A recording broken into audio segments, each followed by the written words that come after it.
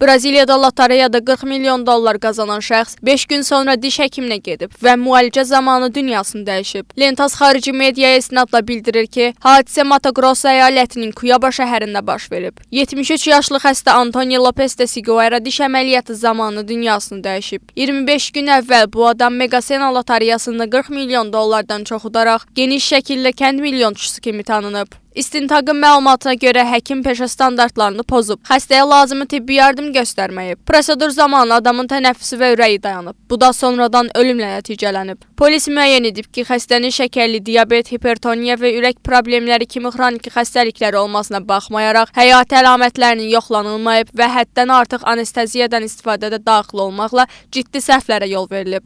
Bundan əlavə klinikanın əsas təcili tibbi yardım avadanlıqları ilə təchiz olunmadığı, xüsusən də defibrillator və digər zəruri alətlərin olmadığı qeyd edilib. Əməliyyatdan sonra gözləmə zalında xəstənin vəziyyəti pisləşməyə başlayıb, lakin ona vaxtında kömək göstərilməyib. Həmçinin qeyd edilir ki, istintaq Antonio'nun uduşları ilə sonraki faciə arasında heç bir əlaqə aşkar etməyib. Ölüm digər halların deyil, həkim səhlənkarlığının nəticəsidir.